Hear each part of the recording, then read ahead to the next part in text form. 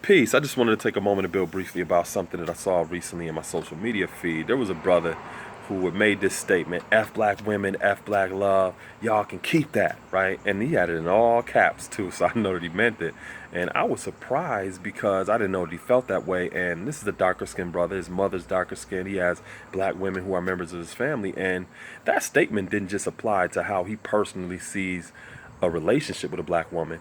That statement also gave you insight into how he sees relationships with black women, period, including his mother and other members of his family. And that's not healthy because not only is it showing that he doesn't have a healthy sense of respect for where he came from and the people who are part of his family, as well as people who are in relationship to the people in his family, but it also says a lot about how he sees himself. You know, he has some self-hatred issues going on. And that's not something that just applies to black people. This is something that applies to anybody. If you're an Irish woman and you making statements like that about Irish men, that is self-hatred. That is an unhealthy perspective for you to have for your own people. You can be Boricua, you can be an Inuit member of that tribe, you can be from the Dominican Republic, you can be Chinese. If you have that perspective, that is not healthy and you have some self-hatred issues that's going on. That's number one. So I didn't really know why he felt that way. So I looked down into the thread for him to see if he would expound on that a little bit. And he did. And he had mentioned that the black woman he was in a relationship with, she abandoned him when he was at his lowest. He was going through some health and financial issues. He lost a couple of members of his family and she broke up with him. And because of that, the conclusion he had drawn is F black women and F black love. And here's the thing. We can go through experiences and feel things that are very legitimate. You cannot discredit or discount at all. Those are our feelings. But the conclusion we draw from those feelings can be completely inappropriate and not right and exact. Just like what I'm pointing out right now. No, there may be women who have had relationships with dudes that's short, and now the conclusion they draw from it is, that's why I don't talk to no short dudes. Or some people who have had bad relationships with somebody that's darker skinned, that's why I don't talk to no dark skinned women. When you really get down to it, there may have never been anything wrong with the love that you were sharing. You were just sharing it with the wrong people. You were choosing wrong. And it wasn't just because they were short or they were dark skinned or they came from this particular city or state. Nah. Because you don't know all short people. You don't know all dark skinned people. You don't know everybody from that city or that state. So you can't draw a conclusion like that about all people who are short or dark skinned or from this city or this state.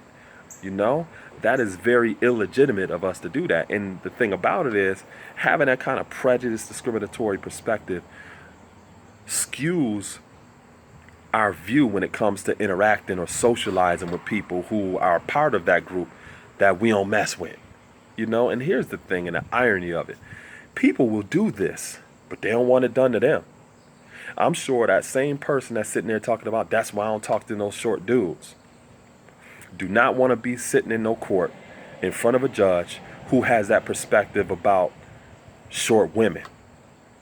Because if you sitting in front of that judge and he got that perspective about short women and you walk into them doors and you short, you probably ain't gonna get no short sentence. You know what I'm saying?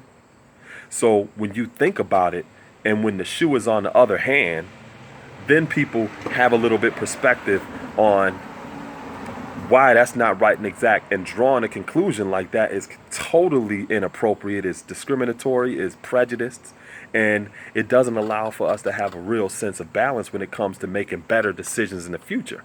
Because here's the thing, this same brother who's now in a interracial relationship, surprise, is going to be interacting with black women for the rest of his life, most likely. The fact that he has a black mother, he has black women who are members of his family, him being at a place of employment where you're going to be socializing and interacting with black women, you're going to have a healthy sense of respect and perspective when it comes to interacting with them. Because not, then you are traveling a very difficult road. And you're also making it difficult for other people who are connected with you, who depend upon you to make the right decisions. you know? Another thing that I wanted to share is how sometimes we may go through different experiences in life and we think that we have overcome those experiences or we have an understanding of those experiences if we just simply avoid it. And that's no different than living on a block and there's a bully down at the end of the block, and every time you walk down the end of the block you get bullied or you get your ass beat, right? Some people think that, oh, I solved the problem, I'm just going to walk a different direction. But here's the thing. You may not be facing that bully in a physical sense, but that bully is still guiding and directing your steps on a psychological level. Because you're deliberately avoiding that bully's still on your mind. That bully is still directing you to go to a different way to actually avoid them, which means you're never really addressing or dealing with that issue. You're avoiding it. It is not until you actually face that issue head on and address whatever that may be. It may be a fear, it may be anything else, but to address that face on and then actually go through it in order to get to it. That's no different than what we say in the 5% about love, hella right. Love is the highest degree of understanding, but in order to arrive to that highest degree of understanding, you have to go through a degree of what would be considered hell or fire or temperance. Depending upon how you respond to that temperance, it could be tormenting or torturous for you. But once you go through it and get out on the other side, now you see what's ultimately right. Or you can actually have the right perspective of what that is. The same way with the bully down the block. It is only until you're able to face that head on that you're able to come out on the other side and to have the right perspective about what it is. But as long as you're avoiding it and ducking and dodging and doing all of this, you still ain't dealing with the issue. You still don't have an understanding of what that is all about. You know, so I will. This was inspiring, it was empowering, it was educational, and just gave those of you a little perspective on some of these things in terms of being able to acknowledge and experience very legitimate feelings, but not to draw illegitimate conclusions from those feelings and from those experiences.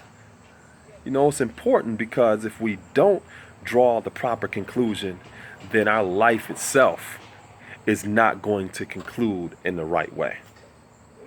Peace.